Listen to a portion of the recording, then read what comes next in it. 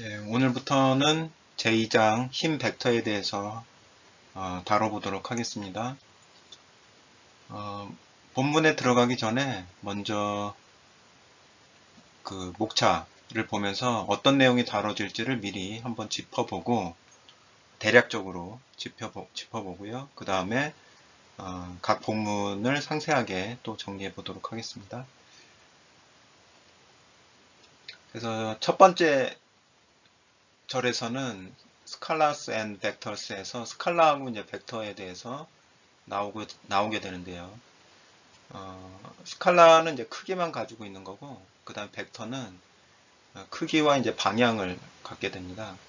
그래서 벡터는 어떻게 보통 표현을 하냐면, 이런 식으로 이제 표현을 하게 되죠. 그래서 A 벡터다, 이렇게 쓰게 되면, 여기에서 요 길이 있죠. 선분의 길이. 선분의 길이가 그 크기가 되는 거예요. 이렇게 절대값 표시를 하기도 하고 그냥 A로 표시를 하는데 책에서는 그냥 이렇게 화살표 안 붙은 A로 그 크기를 표시를 하고 있습니다. 그 다음에 그 방향은 그 기하학적으로 보면은 이렇게 화살표로 돼 있는데 기준점을 잡고선 이 각도 세타를 방향으로 기본적으로 표시를 합니다. 예. 그래서 이렇게 크기를 표시하고 그 다음에 세타로 어느 방향을 향하고 있는지를 이제 표시를 하게 되는 거죠. 그 다음에 이제 벡터 합에 대한 내용을 이제 배우게 되는데요. 벡터 합을 구하는 방법은 평행사변형법하고 삼각형법 이렇게 두 가지가 있습니다. 그래서 평행사변형법은 평행사변형을 만들어서 합을 구하는 거고요. 삼각형법은 삼각형을 만들어서 합을 구하는 거죠. 예를 들어서 이러한 A 벡터가 있고 이러한 B 벡터가 있을 때 두 개의 합을 구하는 방법은 이 끝점을 이렇게 일치를 시키는 거예요. 그래서 두 개가 시작점이 같도록 만드는 거죠. 그 다음에 평행사변형을 만듭니다. 요거에 평행하게 긋고 요거에 평행하게 이렇게 그어서 이렇게 만나는 점 있잖아요. 거기를 이제 시작점에서 거기까지 그으면 요게 이제 A 플러스 B가 되는 거죠. 그래서 요게 평행사변형이 만들어졌으니까 요거를 평행사변형법이라고 하는 거고요. 그 다음에 삼각형법은 이렇게 하는 게 아니고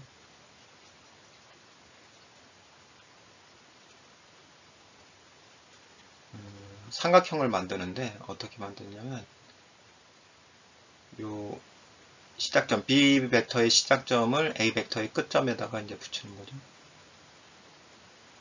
예, 이게 이제 B가 되는 거죠. 그 다음에 이제 시작점에서부터 B점 끝점까지를 이렇게 가져가면 이게 이제 A 플러스 B가 되는 거죠. 네, 삼각형을 만들어서 합을 구하는 것. 그 다음에 이제 세 번째 절에서는 그 힘의 벡터 합 이렇게 돼 있잖아요. 벡터 어디션 오브 forces니까 힘의 벡터 합인데 가장 중요한 거는 이제 힘은 벡터다. 요게 중요한 포인트죠. 그러니까 어떻게 할 수가 있어요? 힘을 합할 때 벡터 합의 그 방법을 그대로 다 적용할 수가 있다는 얘기죠. 예. 그래서 힘의 합력은 결국에는 벡터 합에서 사용하던 방법을 다 그대로 적용할 수 있다는 얘기예요. 그러면은 이 합력을 구할 때 평행사변형법도 쓸 수 있고 삼각형법도 쓸 수 있다는 얘기죠. 그 다음에 네 번째 절에서는 addition of a system of coplanar forces, 예, coplanar, 예, 이 코플레라는 게 뭐냐면 동일평면상,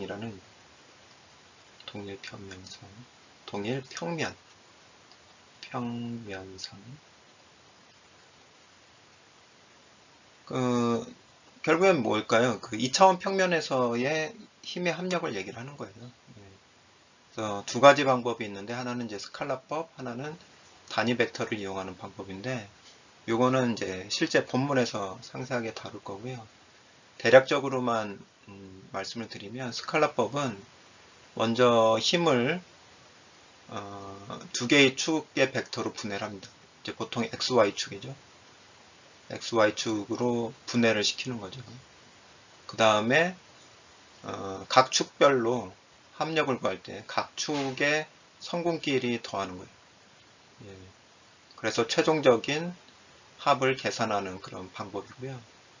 그 다음에 단위 벡터를 이용하는 방법은 힘을 표현을 할 때 아예 단위 벡터로 힘을 표현하게 됩니다. 예를 들면 A 벡터 같은 경우에는 이렇게 표현할 수가 있어요. X방향 성분에다가 단위 벡터 이렇게, 그 다음에 A 벡터의 Y방향 성분에다가 단위 벡터 J, 이런 식으로 표시를 하게 되면 모든 벡터 힘을 이러한 형태로 표시를 하게 됩니다. 그러면 B 벡터는 이런 식으로 또 표현을 할 수가 있을 거 아니에요. 그 다음에 BY J. 예. 그러면 이제 그 다음부터는 그냥 이걸 합력을 더한다는 거, 구한다는 얘기는 산술적으로 그냥 더해버리는 거죠. 그래서 A 더하기 B, A 벡터 더하기 B 벡터는 AX 더하기 BX의 I, 그 다음에 AY 더하기 BY의 J, 이런 식으로 되는 거죠. 예. 그래서 산술적으로 힘을 더하고 그걸 통해서 힘의 합력을 계산하는 그런 방법입니다. 약간 다르죠? 예.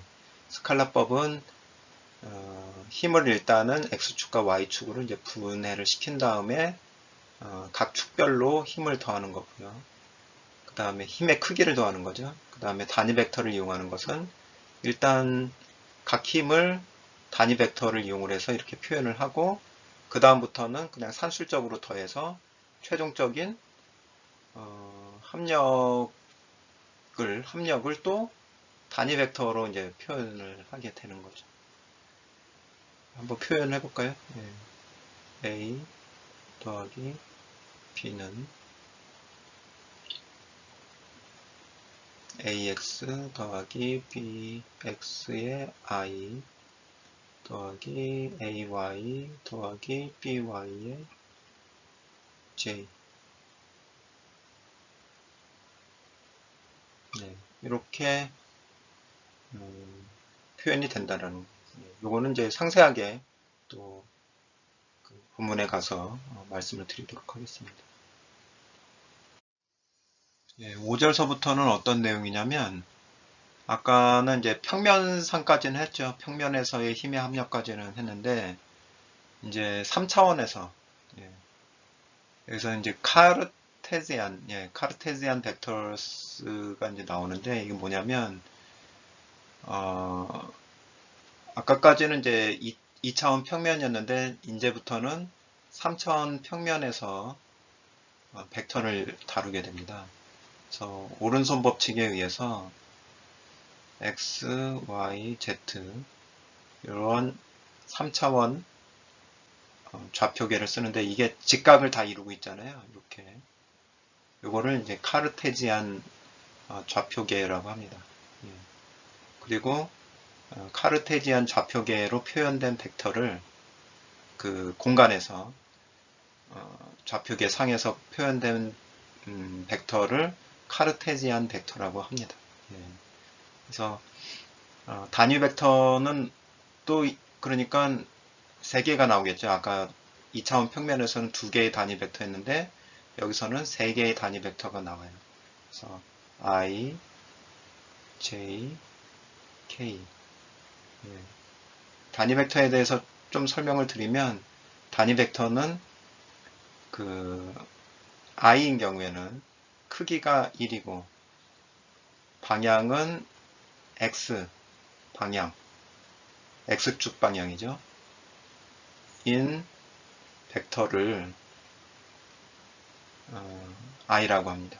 그 다음에 J는 크기가 1이고 방향은 Y축 방향인 것을 이제 J라고 하고, 그 다음에 K는 크기가 1이고 방향은 Z축 방향을 향하고 있는 것, 양의 방향이죠. 그것을 단위 벡터라고 합니다. 예. 그러면 이제 이런 축에 어떤 게 생기냐면, 예를 들어서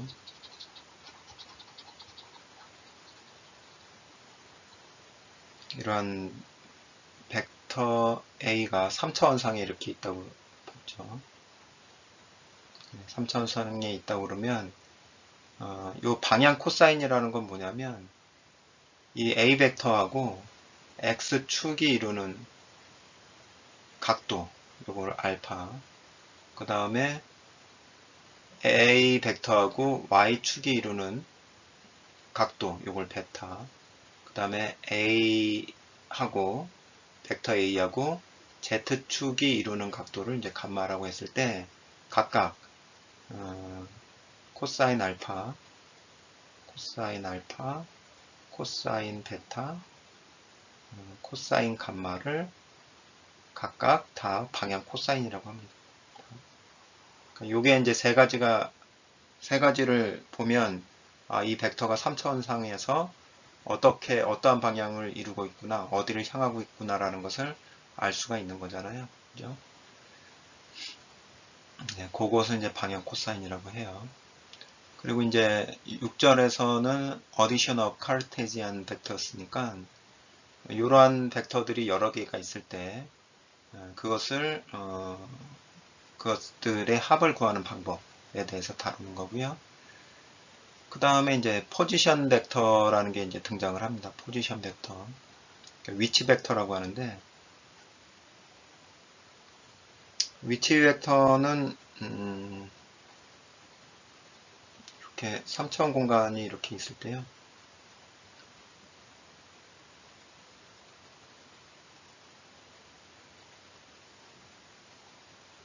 하나는 이렇게 이 점, 그죠? 점 A가 있고 점 B가 있다 이렇게 생각을 하면 요 점 A하고 B를 잇는 요 벡터를 하나 만들 수가 있잖아요. 일단 지우고,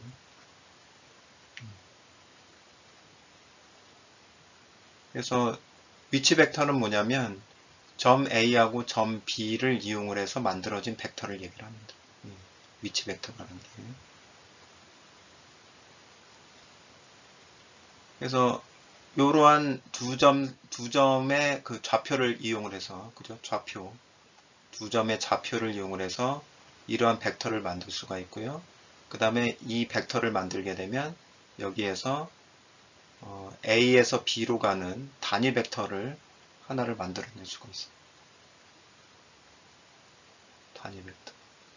요거를 U, A, B라고 할게요.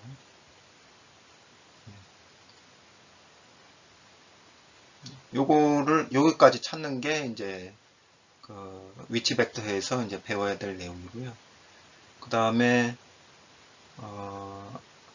요걸 이용을 해서 요것만 가지고 써먹는 게 아니라 요걸 이용을 해서 어떤 임의의 라인, 임의의 직선을 따라서 발생하는 힘을 벡터로 표시를 할 수 있게 돼요. 그래서 예를 든다면 A점이 있고 B점이 있는데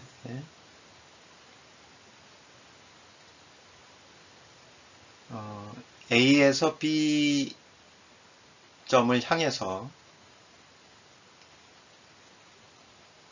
힘 100N이 작용을 하고 있다. 그러면 A점도 3차원 공간상의 점이고 B점도 3차원 공간상의 점이라고 했을 때 이 힘을 벡터로 이제 표시를 할 수가 있다라는 거죠. 이 힘을 어떻게 표시를 할 수 있냐면 아까 3차원 좌표로 표시된 A점하고 B점이 있으면은 단위 벡터를 찾아낼 수가 있다고 그랬잖아요. 그러면 여기서도 단위 벡터를 찾아낼 수가 있는 거죠. 이러한 단위 벡터를 하나 찾아낼 수가 있죠. 그러니까 단위 벡터 자체가 힘의 방향을 나타내주는 벡터가 되는 거예요. 크기는 1이고 그 다음에 그러면 이제 크기는 뭔지 모르지만 일단은 방향은 이 단위 벡터를 통해서 찾아냈잖아요. 그럼 거기에다가 100N이라는 힘의 크기만 넣어주면 FAB라는 것은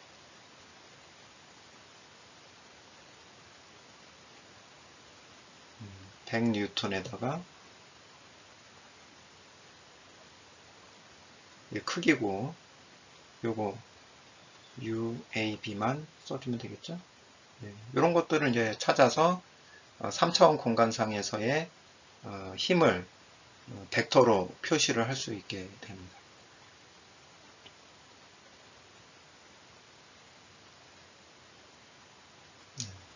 그러한 이야기입니다. 그 다음에 이제 다뤄야 될 내용이 도트 프로덕트. 그래서 이게 내적이거든요. 벡터의 내적.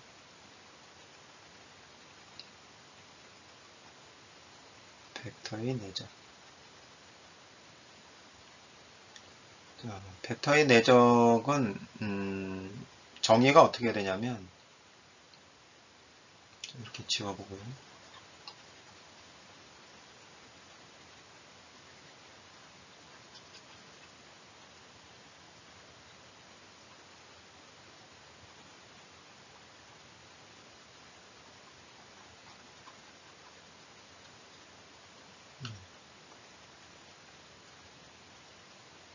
정의가 어떻게 되냐면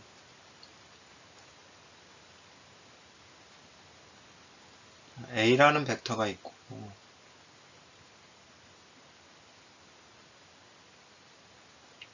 B라는 벡터가 있다고 했을 때요.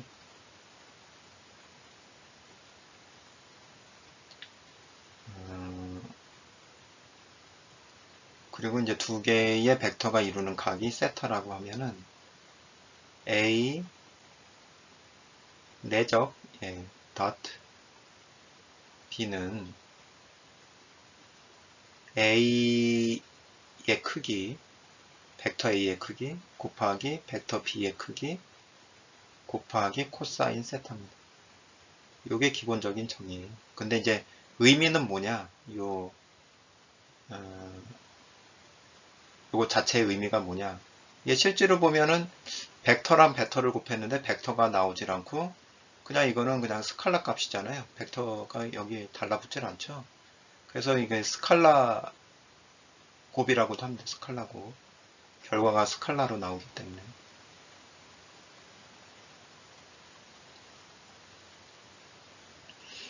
근데 이제 실질적인 의미는 뭐냐면 여기 A에서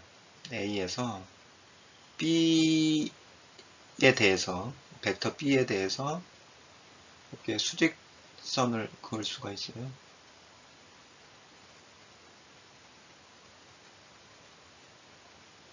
그러면 수직선을 긋게 되면은 뭘 찾을 수 있냐면 여기서부터 여기까지의 거리가 나오죠. 여기서부터 여기까지 거리 크기. 요게 바로 요겁니다.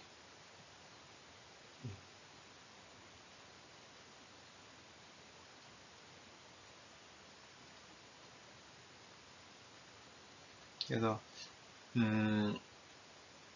실제로 의미는 투영됐을 때 벡터 A를 벡터 B에 투영을 했을 때, 투영을 시켰을 때 나타나는 그 투영된 거리, 투영된 거리, 투영된 거리죠. 예. 그거를 이제 내적, 스칼라 프로덕트, 그 다음에 더트 프로덕트라고 부르는 겁니다. 그 다음에 연산 법칙은 이제 뭐 교환, 분배, 스칼라 곱 이런 어떤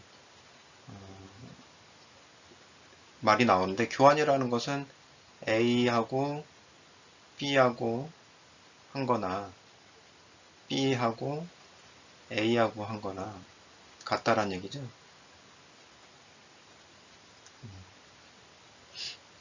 나머지는 이제 또 본문에서 추가적으로 배우도록 할게요.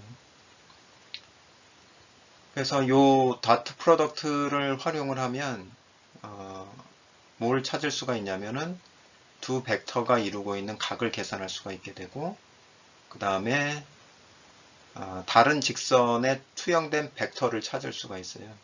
지금 이제 스칼라 곱을 이용하면은 요 크기를 알 수 있다고 그랬잖아요. 근데 요거는 벡터는 아니잖아요. 원하는 게 벡터다 그러면은 실제로는 요걸 찾아내야 되는 거죠. 여기서부터 여기까지의 요걸 찾아내야 되는 거죠. 그죠? 그러면 이제 크기는 나왔으니까 뭐만 알면 돼요? 요, 요 방향으로의 단위 벡터를 알면 되는 거죠. 단위 벡터. 요 방향으로의 단위 벡터. U. 그래서 그 방향으로의 크기를 계산하고 그 방향으로의 단위 벡터를 계산해서 붙이면 되겠죠. 그러면 그 임의의 벡터를 뭐 C라고 이제 본다면 크기는 뭐 A, B, 코사인 세타가 되는 거고, 그 다음에 방향은 U가 되는 거죠. 이런 식으로 찾아낼 수가 있다라는 거죠.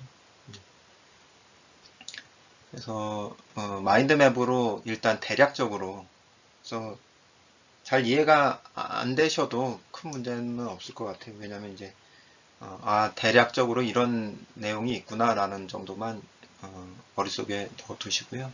실제로는 각 부분에서 상세하게 설명을 해드릴 테니까 전반적으로 이러한 흐름으로 내용이 진행되겠구나, 어디에 집중을 해서 공부를 해야 되겠구나 라는 그런 부분들을 이런 마인드맵을 통해서 미리 짚어볼 수 있다면 그걸로 이제 족한 것 같습니다. 그러면 1절서부터 좀 진행을 해보도록 할게요.